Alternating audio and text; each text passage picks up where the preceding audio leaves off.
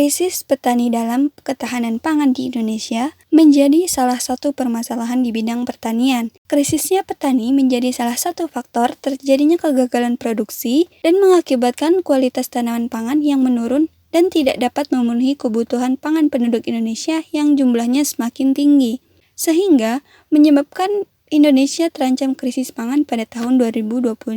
Faktor penyebab terjadinya krisis petani yaitu yang pertama, biaya usaha tani. Biaya seringkali menjadi masalah utama bagi petani, terutama dalam pengadaan input atau sarana produksi, seperti membeli keperluan bibit, pupuk, media tanam, dan kebutuhan lainnya.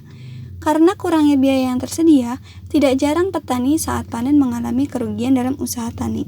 Yang kedua, kurangnya motivasi dari para petani. Petani yang tidak berani melakukan usaha dengan menanggung risiko mengakibatkan fasilitas permodalan yang disediakan tidak dimanfaatkan, sehingga mereka tidak dapat menafsirkan atau memperkirakan sejauh mana keberhasilan usahanya dengan resikonya. Hal inilah yang merupakan salah satu penyebab mengapa panen sering gagal dan akibat pada masalah krisis pangan. Yang ketiga, rendahnya penerapan teknologi budidaya, seperti penggunaan pupuk yang tidak tepat guna, tepat waktu, tepat dosis, tidak menggunakan bibit unggul, dan cara pemeliharaan yang belum optimal. Hal ini karena lemahnya sosialisasi teknologi, sistem pembinaan, serta lemahnya modal usaha petani itu sendiri. Yang terakhir, ada usaha tani masih terbelakang.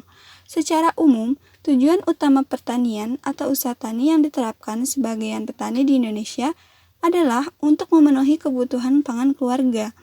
Namun, dengan banyak kendala yang dihadapi pertanian, mengakibatkan produksi pangan lambat berkembang, dan upaya pemajuan produksi tidak dapat berjalan lancar dan produktif. Kemudian, sebagai solusi krisis petani di Indonesia yaitu yang pertama, memperhatikan pertanian lokal, yaitu dengan membatasi pintu masuk impor dan menerapkan bea masuk produk impor pertanian. Karena apabila Indonesia terus melakukan impor pangan akan menyebabkan terjadinya pembengkakan pada anggaran belanja negara, sehingga akan menimbulkan banyak permasalahan bagi negara Indonesia. Yang kedua, penyediaan pupuk dan benih. Pemerintah menyediakan pupuk dan benih yang murah agar petani termotivasi untuk menggarap lahan. Apabila petani harus membeli pupuk dan benih dengan harga yang tinggi, akibatnya biaya produksi petani semakin tinggi dan menjadikan petani semakin sedikit mendapatkan keuntungan. Yang terakhir, kebijakan pemerintah. Pemerintah yang membela kedaulatan pangan menilai orang-orang yang memproduksi, mendistribusi, dan mengonsumsi pangan sebagai pusat dalam pembuatan keputusan terkait sistem dan kebijakan pangan. Kebijakannya meliputi meningkatkan luas lahan pertanian, mengurangi nilai ekspor, membuat riset atau penelitian.